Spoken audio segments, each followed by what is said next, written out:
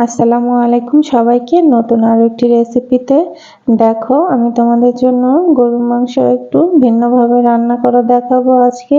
আমি যখন তাড়াহুড়োর মধ্যে থাকি, তখন আমার কাজ গোছাতে যখন একটু সমস্যা থাকে, তখন আমি তাড়াহুড়োর মধ্যে এভাবে গরুর মাংসটা রান্না করি। তোমাদের শেয়ার করছি, ভালো লাগলে তোমরা অবশ্যই এভাবে ট্রাই করে দেখো। প্রথমেই আমি মাংসটা ধুয়ে নিয়েছিলাম পানি ঝরিয়ে। এবার আমি তেলে দিয়ে দিচ্ছি কষানোর জন্য।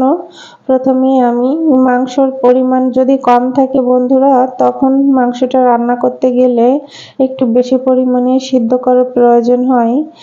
তোমরা জানো কিনা জানি না, তবে আমার অভিজ্ঞতা থেকে আমি এটা বুঝেছি, যখন পরিমাণে কম মাংস রান্না করা হয় তখন মাংসটা সিদ্ধ হতে সময় লাগে। আমি আজকে প্রেসার কুকার ছাড়া কিভাবে পারফেক্ট গরুর মাংস রান্না করে আমার মা চাচিরা যেভাবে রান্না করতো আগের সময়ে, ঠিক সেইভাবে রান্নাটা দেখানোর চেষ্টা করব। দেখো, এভাবে আমি একটুখানি লবণ দিয়ে, পরিমাণ মতো লবণ দিয়ে এভাবে আমি মশলাটা নেড়ে চেড়ে কষিয়ে নিয়ে এবার পানি দিয়ে ঢাকনা দিয়ে ঢেকে দিব আরো একটু সিদ্ধ হওয়ার জন্য। দেখো, এই যে আমি ঢাকনা দিয়ে সিদ্ধ হওয়ার জন্য বসিয়ে দিয়েছিলাম। আমি কিন্তু এই ফাঁকে বেশ খানিকটা কষিয়ে নিয়েছি, রান্না করে নিয়েছি। আর এই ফাঁকে আমি মশলাগুলো বাটাবাটি কাটাকাটির কাজ সব গুছিয়ে নিয়েছি।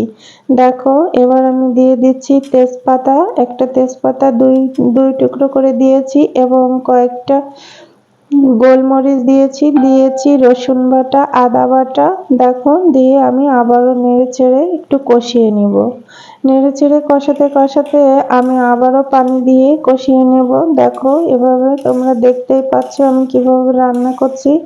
যখন তাড়াহুড়োয় থাকি তখন আমি আগে থেকেই মশলাটা কষিয়ে নেওয়ার সুযোগ পাই না, কিন্তু এভাবে যদি তোমরাও ট্রাই করো তাহলে তোমরাও বুঝতে পারবে রান্নাটা কিন্তু পারফেক্টই হয় এবং খেতে কিন্তু অনেক মজা লাগে। এই ফাঁকে আমি কিন্তু মরিচটাও বেটে নিয়েছি শিলপাটায় বেটে। এবার আমি কষানোর এখন শেষ পর্যায়ে এসে দিয়ে দিচ্ছি মরিচটা। আসলে মরিচ আর হলুদের গুঁড়োটা আমি একটু শেষের দিকে দেওয়ার চেষ্টা করি, কারণ এতে তেলের সঙ্গে কড়াইয়ে লাগে না। মরিচটা যদি আগে দেওয়া হয় তাহলে কড়াইয়ের সাথে লেগে যাওয়ার সম্ভাবনা থেকে যায়। দেখতেই পাচ্ছ মরিচ দেওয়ার পরে কড়াইয়ের সঙ্গে লেগে যাচ্ছে, তো আমি আর কষাবো না। এ পর্যায়ে আমি কেটে রাখা আলুগুলো দিয়ে দিচ্ছি। দিয়ে আমি নেড়ে চেড়ে আর একটু কষিয়ে নিয়ে পানি দিয়ে দিব, রান্নার পানি। দেখতেই পাচ্ছ আমি এবার কম আছে বন্ধুরা অনেকটা সময় রান্না করে নিব, যত সময় পর্যন্ত আমার মনে না হয় যে আমি এখন নামাবো। নামানোর কিছু সময় আগে দেখো আমি দিয়ে দিচ্ছি গরম মশলা, এলাচ, দারচিনি, লবঙ্গ, সব কিছু মশলা আমি একসাথে বেটে নিয়েছি। এবার দিয়ে দিচ্ছি দুইটা কাঁচামরিচ, অল্প মাংস এজন্য কাঁচামরিচের পরিমাণ কম দিয়েছি। দিয়ে আমি 2 মিনিট মতো ঢাকনা দিয়ে ঢেকে, কাঁচামরিচের জন্য ঢাকনা দিয়ে ঢেকে দিয়েছিলাম যাতে ফ্লেভারটা তাড়াতাড়ি ছড়িয়ে যায়। আমার মাংসটা রান্না প্রায় শেষ। দেখতেই পাচ্ছ কেমন হয়েছে রান্নাটা। দেখতেই পাচ্ছ আমি এরকম কষা করেই রান্না করব আজকে। আর এই যে রান্নাটা করলাম, এই রান্নাটার স্বাদ কোনো অংশে কোনো খানাবাড়ি, বিয়ে বাড়ি, কোনো অনুষ্ঠান বাড়ির মাংসকে হার মানাবে আমি নিশ্চিত।